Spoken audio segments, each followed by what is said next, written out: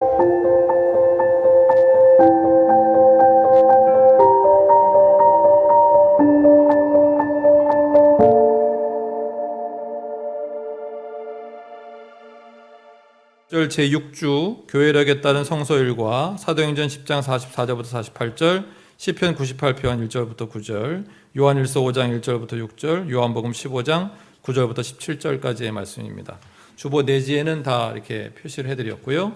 그 중에서 지금은 성경 봉독 시간에는 시편 98편만 봉독을 하도록 하겠습니다. 제가 한 절, 여러분 한 절 교독합니다.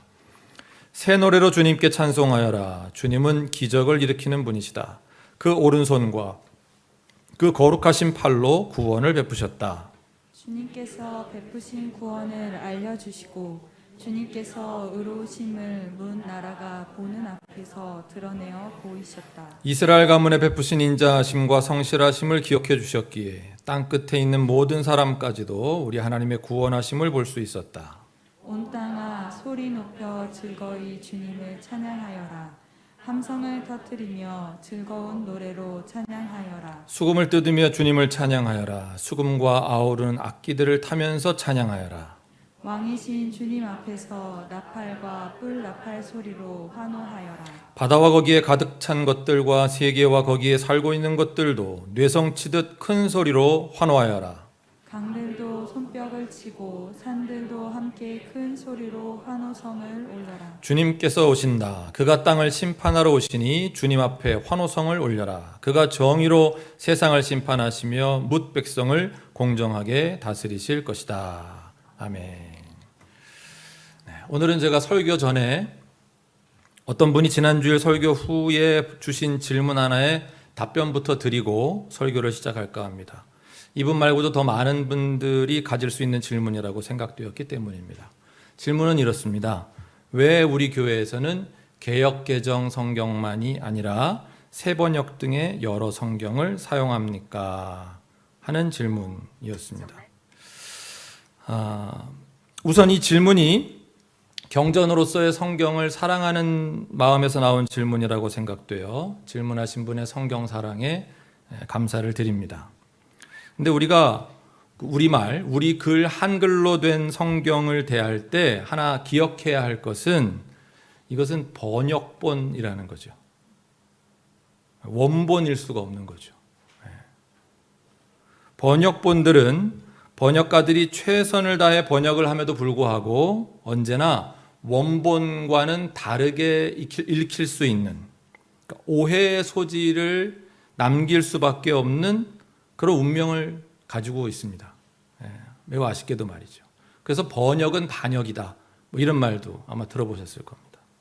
따라서 아무리 잘된 번역본이라 할지라도 한 가지 번역본만 우리가 읽는다고 한다면 특별히 성경처럼 그 본래의 뜻을 찾아가는 작업이 굉장히 중요한 이런 책 같은 경우는 한 가지 번역본만 고집하다 보면 한 번 생긴 오해가 정설처럼 굳어지는 그런 오류가 일어날 수 있습니다.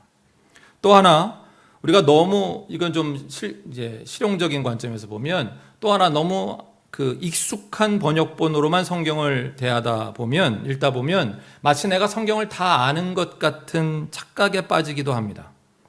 약간 설렁설렁 읽게 된다 그럴까요? 뭐 여긴 내가 뭐 다 아는 말씀이야. 대충 넘어가. 뭐 이렇게 말입니다.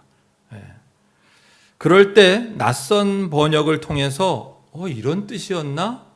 하는 충격을 스스로에게 주는 것도 성경 말씀이 우리 안에서 정말 살아나도록 하는데 도움이 되기도 합니다.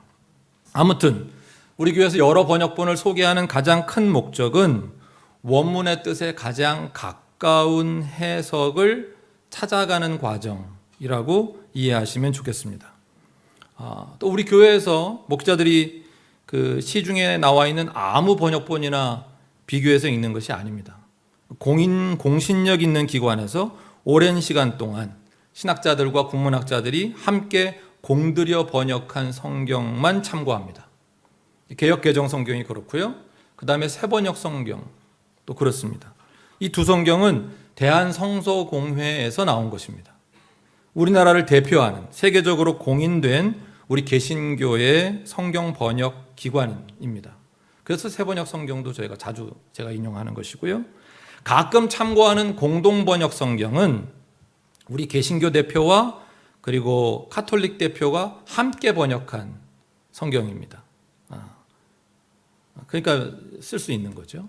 또 200주년 기념 성서, 이거는 비록 카톨릭 학자들이 번역해서 우리 개신교 성경과 다른 부분이 있기 때문에 조심스럽게 다루어야 하는 것은 분명합니다. 그렇지만 우리 글로 된 성경 가운데 가장 원문에 가깝게 직역했다는 평가를 받고 있는 성경이기도 합니다. 그래서 저희가 참고하는 겁니다. 그동안 이 문제로 궁금해하시던 모든 분들께 답변이 되었기를 바랍니다. 자, 이제 기도드리고 설교를 시작하겠습니다. 사랑과 은혜가 많으신 우리 아버지 하나님, 오늘도 우리가 이렇게 함께 모여 예배드릴 수 있도록 인도하시니 감사합니다. 온 오프라인 어떤 모습으로 예배드리더라도 성령과 진리로 드리는 예배 될 수 있도록 주님 인도하여 주옵시고, 오늘도 우리에게 주님의 그 생명의 길을 가르쳐 주시옵소서. 주님께서 이 부족한 종과 함께 하실 줄 믿고 감사드리오며 우리 주 예수 그리스도의 이름으로 간절히 기도하옵나이다. 아멘. 먼저 요한복음 본문부터 보겠습니다. 하나님이 우리에게 주시는 생명의 길, 하늘 가는 길입니다. 이 길로 걷겠습니다 하는 마음으로 다 같이 소리내어 새번역 성경으로 본문을 읽겠습니다. 아버지께서 나를 사랑하신 것과 같이 나도 너희를 사랑하였다. 너희는 내 사랑 안에 머물러 있어라. 너희가 내 계명을 지키면 내 사랑 안에 머물러 있을 것이다. 그것은 마치 내가 내 아버지의 계명을 지켜서 그 사랑 안에 머물러 있는 것과 같다. 내가 너희에게 이러한 말을 한 것은 내 기쁨이 너희 안에 있게 하고 또 너희의 기쁨이 넘치게 하려는 것이다. 내 계명은 이것이다. 내가 너희를 사랑한 것과 같이 너희도 서로 사랑하여라. 사람이 자기 친구를 위하여 자기 목숨을 내놓는 것보다 더 큰 사랑은 없다. 내가 너희에게 명한 것을 너희가 행하면 너희는 나의 친구이다. 이제부터는 내가 너희를 종이라고 부르지 않겠다. 종은 그의 주인이 무엇을 하는지를 알지 못한다. 나는 너희를 친구라고 불렀다. 내가 아버지에게서 들은 모든 것을 너희에게 알려주었기 때문이다. 너희가 나를 택한 것이 아니라 내가 너희를 택하여 세운 것이다. 그것은 너희가 가서 열매를 맺어 그 열매가 언제나 남아있게 하려는 것이다. 그리하여 너희가 내 이름으로 아버지께 구하는 것은 무엇이든지 다 받게 하려는 것이다. 내가 너희에게 명하는 것은 이것이다. 너희는 서로 사랑하여라. 아멘. 오늘 요한복음 본문에서 중요한 부분은 역시 예수님이 말씀하시는 그분의 계명이 되겠습니다. 오늘 본문에서의 계명이라는 낱말은 엔톨레라는 그리스어 명사를 번역한 것입니다. 이 단어를 번역하면서 대부분의 성경 구절에서는 계명이라고 번역을 했습니다만 이것은 명령 또는 지시라고 번역한 구절들도 있습니다. 우리가 잘 아는 소위 탕자의 비유 가운데 탕자의 형이 이런 말을 합니다. 누가복음 15장 29절입니다. 역시 새번역 성경입니다. 그러나 그는 아버지에게 대답하였다. 나는 이렇게 여러 해를 두고 아버지를 섬기고 있고 아버지의 명령을 한 번도 어긴 일이 없는데 나에게는 친구들과 함께 즐기라고 염소 새끼 한 마리도 주신 일이 없습니다. 여기 명령이라고 번역된 단어가 엔톨레라는 단어입니다. 군대의 예를 드는 것을 군과 상관없거나 군에 대한 아픔을 혹시 지니고 있는 분들께는 양해를 구합니다.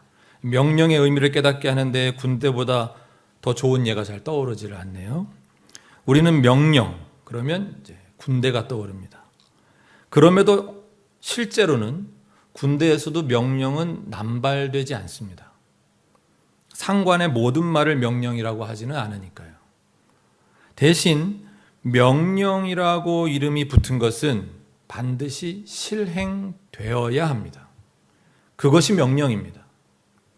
해도 되고 안 해도 되는 일을 명령한다고 하지 않습니다. 때로 목숨을 걸고라도 수행해야 하는 일이 명령받은 일입니다. 오늘 본문에서 우리의 주인이신 예수께서 명령하십니다. 세상을 구원하는 분이요 하나님의 아들이요 만유의 주이신 예수님께서 우리에게 명령하십니다. 12절 말씀입니다. 내 계명은 즉 내 명령은 이것이다. 내가 너희를 사랑한 것과 같이 너희도 서로 사랑하여라 라고 말입니다. 사실 계명이라고 번역한 것은 명령보다도 더 큰 의미를 담고자 한 것입니다. 하나님과의 관계에서의 명령이므로 더 무거운 의미로 받고자 계명이라고 한 것이죠. 그런데 오늘날 우리가 십계명을 비롯해서 하나님의 명령인 계명을 너무 가볍게 생각하는 게 아닌가 싶은 높아심에 제가 이것은 주님의 명령입니다 라고 주의를 환기시키고 싶었습니다. 그렇습니다. 우리에게 내가 너희를 사랑한 것과 같이 너희도 서로 사랑하라고 하신 주님의 말씀은 명령입니다. 계명입니다. 우리가 반드시 이루어야 할 일, 수행해 내어야만 하는 일이라는 뜻입니다. 주님께서는 17절에 한 번 더 반복하시면서 이 단락을 맺으십니다. 내가 너희에게 명하는 것은 이것이다. 너희는 서로 사랑하여라. 다음은 오늘의 요한일서 본문을 역시 세 번역으로 다 같이 읽겠습니다. 하나님의 생명의 길, 하나님 나라에 이르는 길입니다. 우리 온라인으로 예배드리시는 분들도 다 같이 읽고 계시죠? 제가 자, 예수가 그리스도이심을 믿는 사람은 다 하나님에게서 태어났습니다. 낳아주신 분을 사랑하는 사람은 다 그분이 낳으신 이도 사랑합니다. 우리가 하나님을 사랑하고 또 그 계명을 지키면 이로써 우리가 하나님의 자녀를 사랑한다는 것을 압니다. 하나님을 사랑하는 것은 그 계명을 지키는 것입니다. 하나님의 계명은 무거운 짐이 아닙니다. 하나님에게서 태어난 사람은 다 세상을 이기기 때문입니다. 세상을 이긴 승리는 이것이니 곧 우리의 믿음입니다. 세상을 이기는 사람은 누구입니까? 예수가 하나님의 아들이심을 믿는 사람이 아니고 누구겠습니까? 그는 물과 피를 거쳐서 오신 분인데 곧 예수 그리스도이십니다. 그는 다만 물로써 오신 것이 아니라 물과 피로써 오셨습니다. 성령은 증언하시는 분입니다. 성령은 곧 진리입니다. 아멘. 네, 한번 읽어서 금방 이렇게 와닿는 그런 표현은 아닙니다. 오늘 좀 설명을 드리겠습니다. 저는 이 본문을 묵상하다가 불현듯 이런 생각이 들었습니다. 세상을 이겨? 그게 무슨 뜻이지? 5절 내용이 그렇지 않습니까? 예수가 하나님의 아들이심을 믿는 사람이 세상을 이기는 사람이다. 는 내용입니다. 이게 무슨 뜻이지? 새삼스러운 겁니다. 3절까지의 말씀은 오늘 본문 중 요한복음의 말씀과 바로 닿아 있는 듯합니다. 그래서 뜻을 파악하기가 어렵지는 않습니다. 우리의 세 계명은 서로 사랑하는 것이다 하는 것입니다. 하나님을 사랑하고 이웃을 사랑하는 것 말입니다. 물론 실천은 어렵지만. 그런데 4절과 5절은 갑자기 말씀의 결이 달라지면서 세상을 이긴다라고 말씀합니다. 제가 여기에 꽂힌 이유가 아마도 이게 무척 중요한 이슈이기 때문이겠죠. 그렇습니다. 우리 자신에게는 중요한 문제입니다. 그래? 내가 세상을 이긴다고? 우리가 세상을 이긴다고? 그런데 글쎄요. 이런 생각들을 하고 사시는지 궁금해졌습니다. 이거 언감생심, 감히 그런 마음을 품을 수 없을 정도로 세상을 이기긴 뭘 이겨? 아이 그저 순응하고 사는 거지 남들 다 그러고 사는데 우리가 이렇게 살아가고 있지는 않은지 모르겠습니다.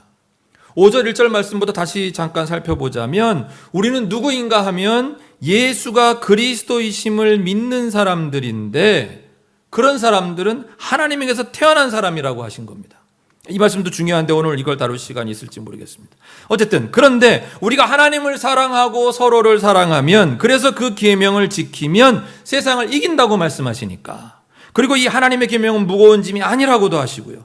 근데 우리는 서로 사랑하면 물론 좋겠죠. 그거 좋은 건 알긴 알겠는데 이 계명을 지키는 거하고 세상을 이기는 거하고 무슨 연관이 있을까? 이런 질문인 거죠.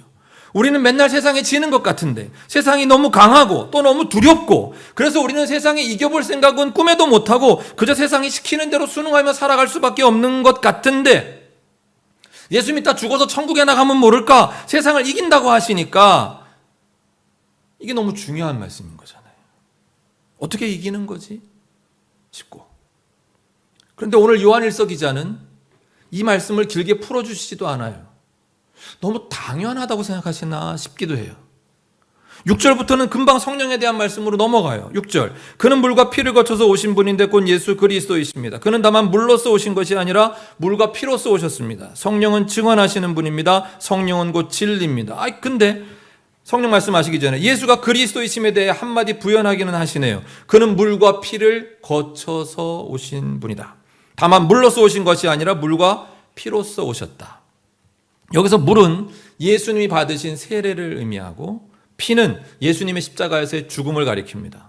그러니까 물과 피를 거쳐서 오셨다는 의미는 세례와 죽음으로 예수님께서 우리에게 그분의 구원의 효과를 전하고 계시다라는 것입니다. 그러신 분이기 때문에 그분은 우리의 그리스도이시다라는 의미가 되겠습니다. 그리고 성령은 그럼 누구시냐? 그분은 증언하시는 분. 즉 그 구원의 길, 예수님의 세례와 죽음이 일으킨 구원의 효과를 우리에게 증언하시는 분, 그분은 결코 거짓으로 우리를 인도하실 수 없는 분, 그분은 곧 진리라는 뜻입니다. 그러니까 이렇게 예수께서 그리스도로서 그분이 이루신 구원의 효과를 우리에게 전해주시기 위해 성령도 오셔서 증언하시는데, 그 증언을 받아들여서 다시 1절로 가면 예수를 그리스도로 받아들인 사람, 예수가 그리스도이심을 믿는 사람은 4절과 5절 말씀대로 다 세상을 이긴다는 거예요. 세상을 이기는 사람이 누구냐? 예수가 하나님의 아들이심을 믿는 사람, 예수가 그리스도이심을 믿는 사람이다라는 거예요. 자, 마지막에 제가 한 번 더 물으면 지겨우실 수도 있지만 다시 묻겠습니다. 자, 왜 이런 효과가 나타날까요? 그러니까 제가 묻는 것은, 예수가 그리스도이심을 믿는 사람은 뭐가 어떻게 되길래 그는 세상을 이기는 사람이 된다는 것일까? 그리고 도대체 어떤 식으로 이긴다는 것일까요?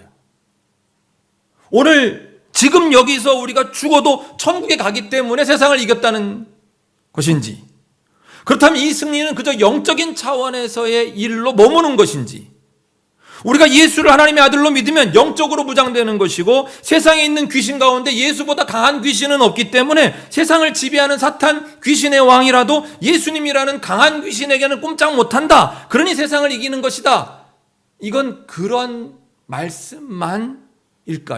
그런 의미도 있다는 겁니다. 그렇지만 그런 말씀만일까? 여기 이긴다고 번역된 표현이 원어인 그리스어 성경에는 니카오라는 단어입니다.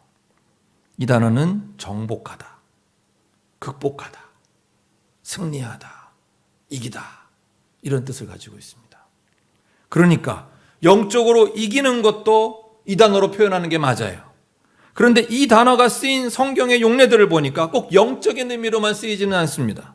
누가복음 11장 22절, 요한복음 16장 33절, 로마서 3장 4절, 12장 21절, 요한일서 2장 13절, 5장 4절, 오늘 본문이죠. 특별히 요한계시록에 그 용례들이 많은데 2장 7절, 3장 5절, 5장 5절, 6장 2절, 17장 14절, 21장 7절 다 찾아보면 좋겠지만 시간 관계상 누가복음만 보면 누가복음 11장 22절에 그러나 그보다 더 힘센 사람이 달려들어서 그를 이기면, 여기에 쓰인 거예요. 이기면 그가 의지하는 무장을 모두 해제시키고 자기가 노력한 것을 나누어 준다. 그렇죠? 영적인 의미로 이긴다고 할 때만 이 표현을 사용하는 게 아니에요. 일상생활 가운데 이김, 승리도 표현하는 겁니다. 조금 더 나아가서 설사 영적으로 이긴다는 의미로 사용했다 하더라도 그 영적인 차원은 우리의 실생활과는 정말 아무 상관이 없는 것인가 하는 질문이 생깁니다. 그러니까 오늘 요한일서 본문 말씀은 최소한 영적으로는 우리가 이겼다는 거잖아요. 하나님에게서 태어난 사람은 다 세상을 이긴다면서요. 그러면 세상을 지배하는 사탄의 영과 싸워 영적으로는 이겼는데 왜 우린 맨날 세상에게 실제적으로는 지면서 사느냐 이겁니다. 영적으로 이겼는데도 맨날 불안해하고 맨날 두려워하고 맨날 죽을 것 같고 맨날 너무 힘들고 맨날 너무 슬프고, 이게 이긴 건가? 이 땅에서는 맨날 치다가 죽어서 천국에 가야만 이긴다고 하면 그게 과연 오늘 요한일서 본문에서 세상을 이긴다고 하나님께서 태어난 사람은 다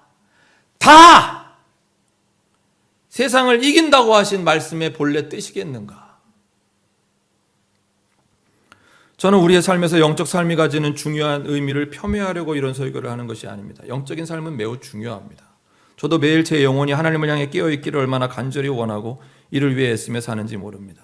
제가 지금 우리 공동체에 던지고 있는 질문은 과연 우리의 영적 진리가, 영적 삶이 우리의 실생활인 세상과의 관계에 있어 세상을 이긴다고 하신 이 하나님의 생명의 길과 연결이 되어야 될 텐데 과연 그런 연결이 일어나고 있느냐? 그리고 연결이 일어난다면, 연결이 된다면 그 연결은 이 진리라고, 성령은 진리라고 하신 말씀처럼 진정 우리 삶의 승리로 나타나고 있느냐? 우리는 이 진리를 체험하며 살아가고 있느냐 하는 것입니다.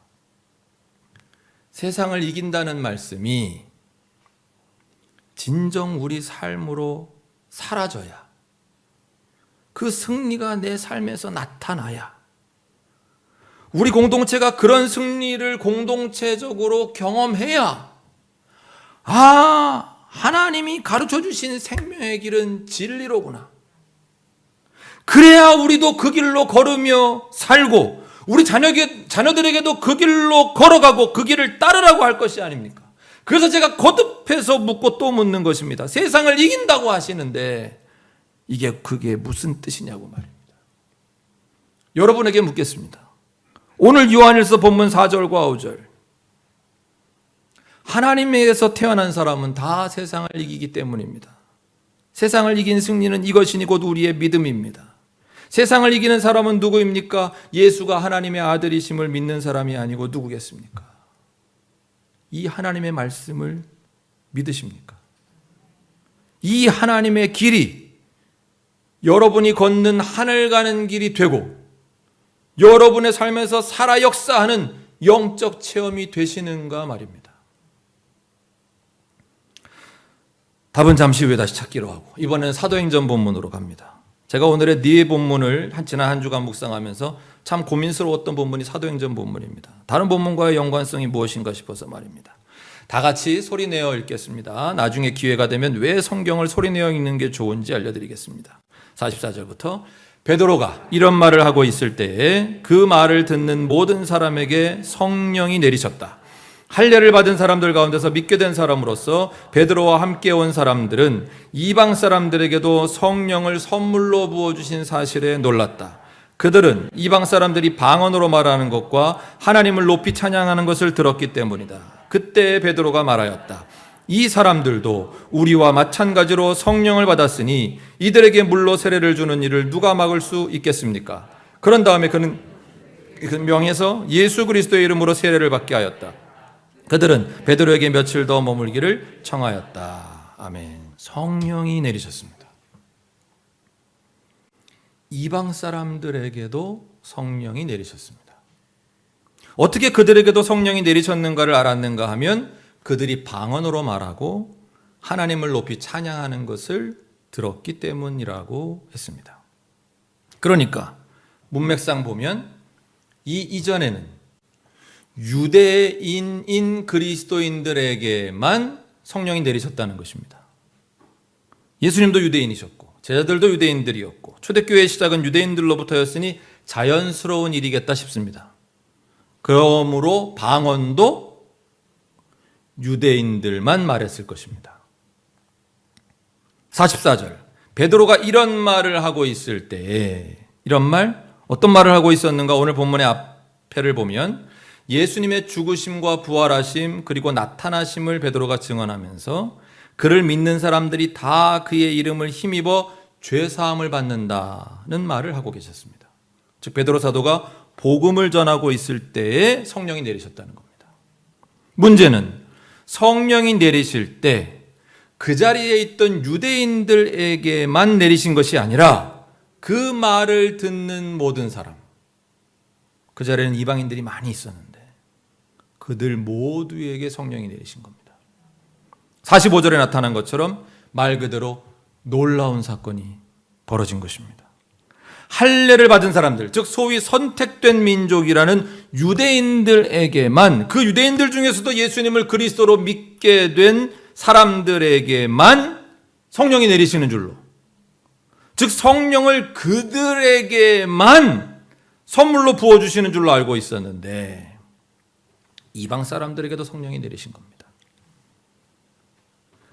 베드로가 복음을 전하는 중에 성령이 내리셨으니 성령을 선물로 주는 것은 베드로가 한 일인가요? 아닙니다. 그랬으면 사람들이 놀라지 않았을 겁니다. 베드로에게 항의나 했을 겁니다. 왜 이방인에게도 성령을 주느냐고. 그런데 이 일은 베드로가 한 일이 아님을 모두가 다 알고 있었습니다. 성령을 선물로 부어주실 수 있는 분은 오직 하나님 한 분뿐이십니다. 아멘입니까? 그런데 그 성령이 이방인들에게도 내리셨다. 무슨 의미를 담고 있습니까? 하나님의 뜻이 유대인들만이 아니라 이방인들에게도 성령을 선물로 부어주시는 것이로구나. 이것을 깨달았기 때문에 그들은 놀랄 수밖에 없었던 겁니다. 그리고 베드로가 말하죠. 47절, 이 사람들도 우리와 마찬가지로. 한번 따라해 주시겠습니까? 우리와 마찬가지로. 마스크 써도 좀 큰 소리로 저기 유튜브에 다 들리게. 우리와 마찬가지로 성령을 받았으니 이들에게 물로 세례를 주는 일을 누가 막을 수 있겠습니까? 라고 베드로 사도가 말합니다. 자, 그러면 하나님께서 이 본문을 통해 우리에게 주시는 핵심 메시지가 뭐겠습니까? 우리가 무엇을 깨닫고 우리가 어떤 생명의 길을 걷기를 바라셔서 유대인인 그리스도인들에게만 선물로 부어주던 성령을 이제 이방인들에게도 내리셨을까? 자명하죠. 하나님은 더 이상 유대인만의 하나님이 아니시라는 사실과 더불어서, 원래 그러셨지만 그걸 공표하시는 그런 의미와 더불어서 하나님이 뜻을 두신 생명의 길은, 즉 우리가 걸어갈 하늘 가는 길은 우리 인간들 서로에게 있는 장벽, 유대인과 이방인으로 대표되는 구별의 장벽을 뛰어넘는 것이다. 할례 받은 사람과 할례 받지 않은 사람 간의 차별을 철폐하는 것이다 라는 것을 보여주신 사건입니다. 사도행전 본문 46절을 보니까 성령이 내리시고 나니 사람들에게 나타나는 현상이 두 가지입니다. 첫째는 방언으로 말하고, 둘째는 하나님을 높이 찬양합니다. 이거 시편 본문하고도 두 번째는. 자, 우리 한국교회 성도들이 방언으로 말하는 것을 참 많이 사모합니다. 사모할 만합니다. 성령이 내리신 표식으로서의 방언이 분명히 성경에 기록되어 있으니 말입니다. 사도행전 2장 1절부터 13절까지 말씀을 이번엔 개역 개정 성경으로 우리 같이 읽겠습니다.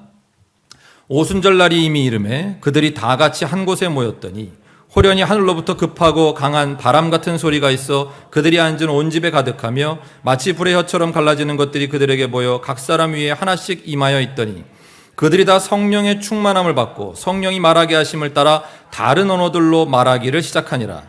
그때 경건한 유대인들이 천하 각국으로부터 와서 예루살렘에 머물러 있더니 이 소리가 나매 큰 무리가 모여 각각 자기의 방언으로 제자들이 말하는 것을 듣고 소동하여 다 놀라 신기하게 여겨 이르되 보라, 이 말하는 사람들이 다 갈릴리 사람이 아니냐? 우리가 우리 각 사람이 난 곳 방언으로 듣게 되는 것이 어찌 됨이냐? 우리는 바데인과 메데인과 엘람인과 또 메소보다미아, 유대와 갑바도기아, 본도와 아시아, 부르기아와 밤빌리아, 애굽과 및 구레네에 가까운 리비아 여러 지방에 사는 사람들과 로마로부터 온 나그네 곧 유대인과 유대교에 들어온 사람들과 그레데인과 아라비아인들이라.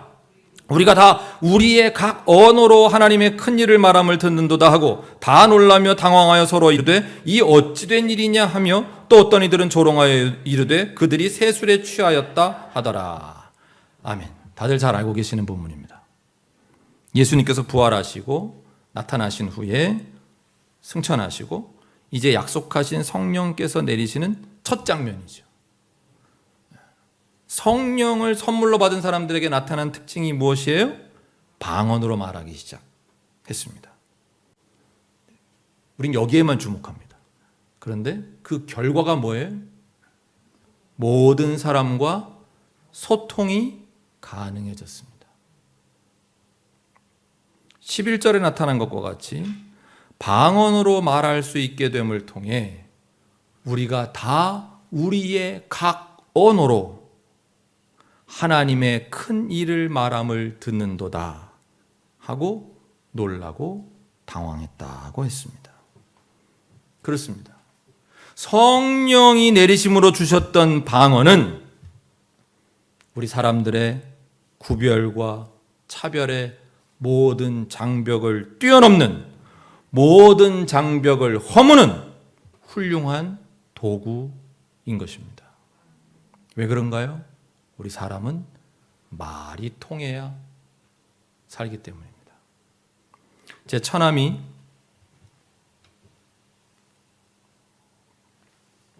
우리 처남 댁이 이걸 보려나?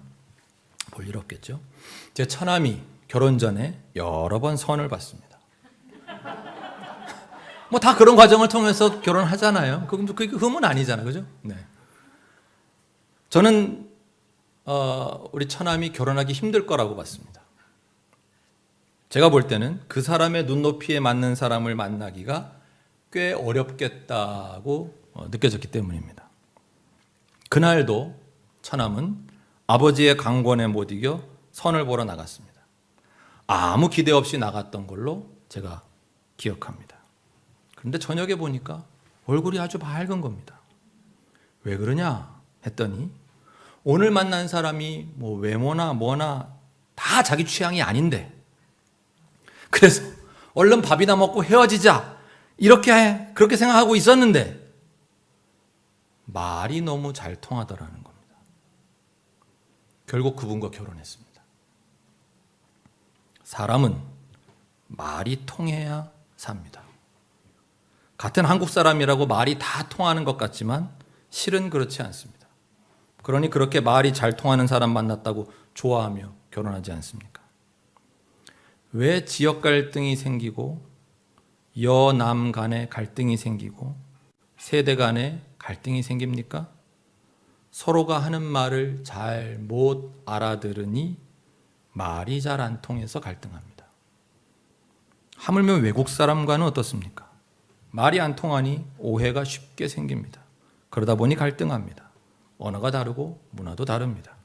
너무나도 다르기만 한 사람들 간에는 쉽게 장벽이 생기게 마련입니다. 서로 보지 말고 살자, 이렇게 되기 십상입니다. 그런데 하나님의 뜻은 다릅니다.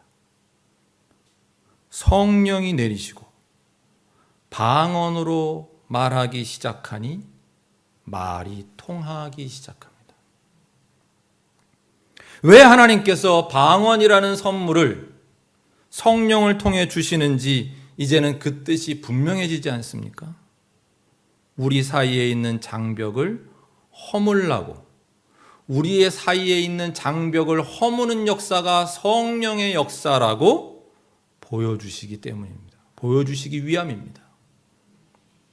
하나님의 뜻은, 하나님이 명령하시는 생명의 길은 장벽을 쌓는 일에 힘쓰지 말고 서로 간에 소통할 수 있도록 있던 장벽도 허물며 사는 데 있다고 할 것입니다. 이 말씀에 의지하여 세상은 변해왔습니다. 신분 간의, 계급 간의 장벽을 허물어 왔습니다. 우리의 인류의 역사가 그렇습니다. 인종 간의 장벽도 허물어 왔습니다. 갈 길은 아직도 멉니다. 그러나 앞으로도 하나님의 말씀은 살아 운동력이 있어 그분을 믿는, 하나님을 믿는 사람들과 함께 모든 장벽을 허무는 역사는 지속될 줄로 믿습니다. 그러고 보니 이제야 사도행전 본문과 요한일서 본문, 요한복음의 본문이 서로 연결됩니다. 요한복음과 요한일서에 서로를 사랑하라고 하시는 주님의 명령, 계명, 그 서로를 사랑하며 사는 명령의 수행 속에는 마음에 맞는 사람하고만 사랑하고 살라는 뜻이 담긴 게 아니라 너희 사이에 쌓여있는 장벽이 있다면 허물어라.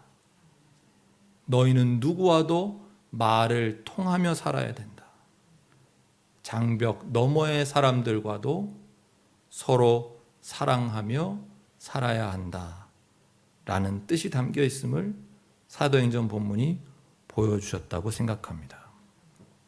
그러고 보니 아까 우리가 고민하던 승리, 세상을 이기는 거, 그 해답도 여기에 있었습니다. 곧 우리에게 내리신 성령으로 말미암아 우리가 그렇게 방언으로 말하듯 서로 소통하며 서로를 가로막고 있던 장벽을 허무는 일이야말로 우리가 세상을 이기는 길임을 알려주시는 것이 아니겠습니까? 이건 뭐 좀 샛길로 나가는 듯 하긴 합니다만 방언으로 소통한다는 것도 꽤나 의미가 있지 말입니다. 표준어가 아니고 방언으로 말입니다.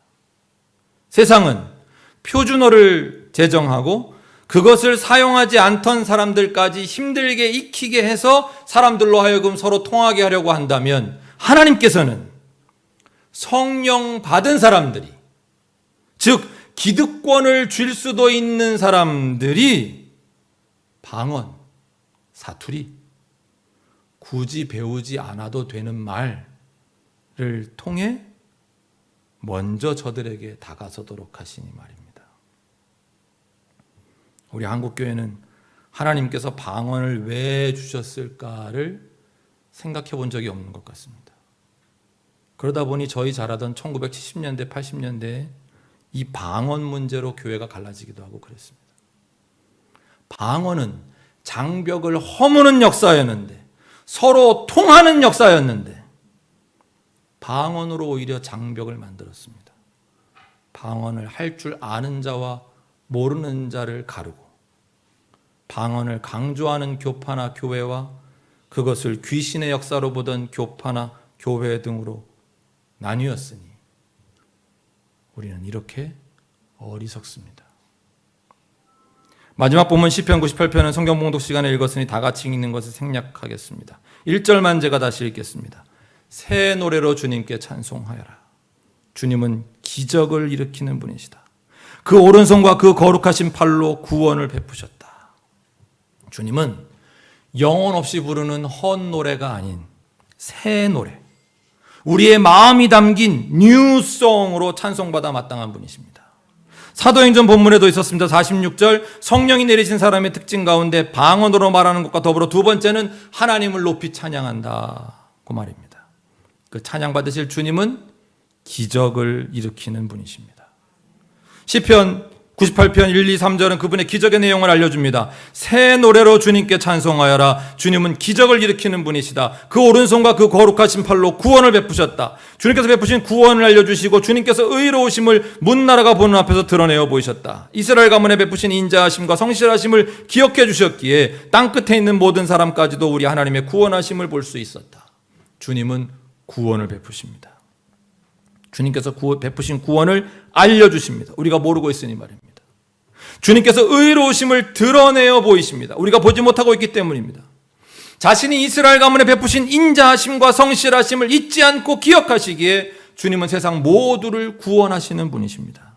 똑같은 인자하심과 성실하심으로 땅끝에 있는 모든 사람까지 구원하시기 때문입니다. 이것이 주님의 기적의 내용입니다. 문제는 우리는 그분의 기적을 모를 때가 너무 많다는 것입니다. 잊어버리는 경우가 너무나도 잦다는 것입니다. 우리에게 베푸신 구원의 가능성, 그 효력, 그 의미가 내 삶을 얼마나 변하게 하실 수 있는 것인지 잘 실감하지 못한다는 것입니다. 요즘에 핫한 가수 중에 이승윤이라는 사람이 있습니다. 아십니까? 주님의 교회와 100주년 기념교회를 담임하셨던 이재철 목사님의 아들로도 널리 알려져 있습니다. 이 목사님의 저서 가운데 아이에게 배우는 아빠라는 책이 있습니다. 꽤 오래전에 나온 책인데 그 책에 이승윤의 어린 시절 모습이 실려 있다고 최근 들어 많이 팔리고 있다고 합니다. 그 책에 나오는 이승윤과 관련된 에피소드를 하나 소개해드리고 말씀을 정리하겠습니다. 제 아이들이 태어난 이래로 이제껏 아이들에게는 아빠와 함께하는 토요일이 없었습니다. 토요일만 되면 주일 준비 때문에 제 서재에서 두문불출하기 때문입니다. 때로 아이들이 왜 아빠는 다른 아빠들처럼 토요일에 우리랑 놀아주지 않느냐고 물을 때는 언젠가는 반드시 그런 날이 있을 것이니 기대하라 고 대답하는 것이 고작이었습니다. 아내라고 해서 아이들과 다른 것은 없었습니다. 아내에게도 토요일은 언제나 남편 없는 주말이었습니다. 아이들이나 아내에게 늘 미안할 수밖에 없었습니다. 그와 같은 우리 가족에게 하나님께서 금년초, 그러니까 1995년인 것 같습니다. 이 초판 발행일을 보니까 멋진 선물을 주셨습니다. 온 가족이 함께 해외여행을 하게 된 것이었습니다. 아내와 아이들 곁에 밤낮 함께 있을 수 있다는 것만으로도 그동안의 미안함을 다소나마 씻을 수 있는 기회였습니다. 한국을 떠나 동경에 도착하자 우리의 여행 소식을 안 엘 집사님이, 아마도 이 집사님이 아닐까, 엘리. 감사하게도 공항에서 우리를 기다리고 계셨습니다. 엘 집사님의 차를 타고 동경 시내를 향해 달리면서 우리는 이런저런 이야기들을 주고받았습니다. 그때 셋째인 승윤이가 느닷없이 이런 질문을 했습니다. 아빠, 우리 언제 일본 가요? 승윤이의 그 엉뚱한 질문에 차 속에 있던 우리 모두는 웃었습니다. 그러나 승윤이의 입장에서 생각해 볼 때 그 질문은 당연한 질문이었습니다.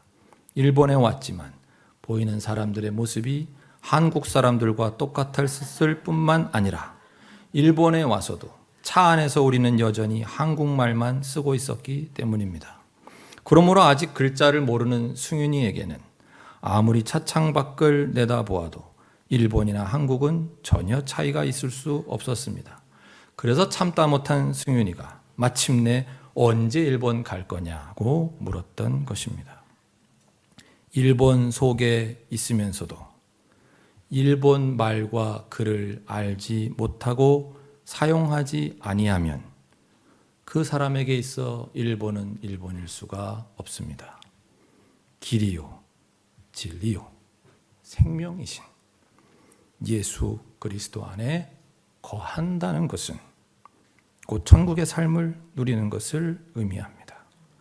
그러나 아무리 주님께서 천국을 주셨다 할지라도 그 천국을 알고 의식하며 적용하지 아니하면 그 천국은 결코 천국일 수가 없습니다. 바로 이것이 그리스도인들의 삶 속에 반드시 말씀과 기도를 통한 영생 훈련이 있어야만 하는 까닭입니다. 그렇습니다, 여러분. 우리가 혹시 주님의 기적 가운데 살고 있음에도 그 구원 가운데 살아가고 있음에도 천국의 언어를 몰라 세상의 언어 속에 갇혀 살아가고 있는 것은 아닌지요. 주님의 인자하심과 성실하심으로 그 덕에 힘입어 살아가고 있음에도 불구하고 세상을 이기는 사람임에도 불구하고 세상이 우리를 위협하고 속이는 언어의 벽에 갇혀서 패배한 줄로 속고 살아가는 것은 아닌가 말입니다.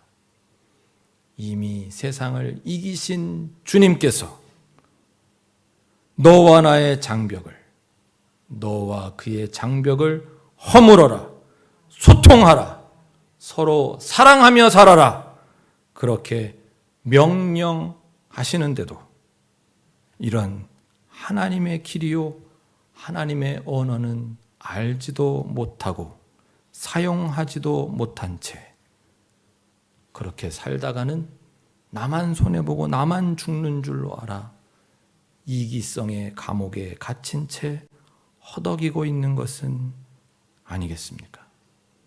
마치 어린 시절의 승윤이가 일본어를 몰라 이미 일본에 있으면서도 일본인 줄 몰랐던 것처럼 말입니다. 천국을 하나님이 주셨는데도 예수 그리스도로 인해 하나님 나라가 이미 이 땅에 시작되었음에도 불구하고 그렇게 승리하신 주님과 함께 있음에도 그래서 우리도 세상을 이기는 사람임에도 불구하고 세상이 만들어 놓은 장벽에 가로막혀 스스로 만들어가는 장벽에 가로막혀 그 승리를 의식하지도 못하고 적용하지도 못한 채 세상에 패배한 자로 세상에 순응하는 자로 답답하게 살아가고 있다면, 희망 없이 살아가고 있다면 이 얼마나 안타까운 모습이란 말입니까? 시편 본문의 마지막 절은 다음과 같습니다. 주님께서 오신다. 그가 땅을 심판하러 오시니 주님 앞에 환호성을 올려라. 그가 정의로 세상을 심판하시며 뭇백성을 공정하게 다스리실 것이다. 주님께서 지금도 오고 계십니다. 그분의 심판을 믿읍시다. 그분께서 정의로 세상을 심판하시며 뭇백성을 공정하게 다스리실 것입니다. 그러므로 주님 앞에 환호성을 올립시다. 다른 것 앞에서의 환호성이 아니라 말입니다. 기도드리겠습니다.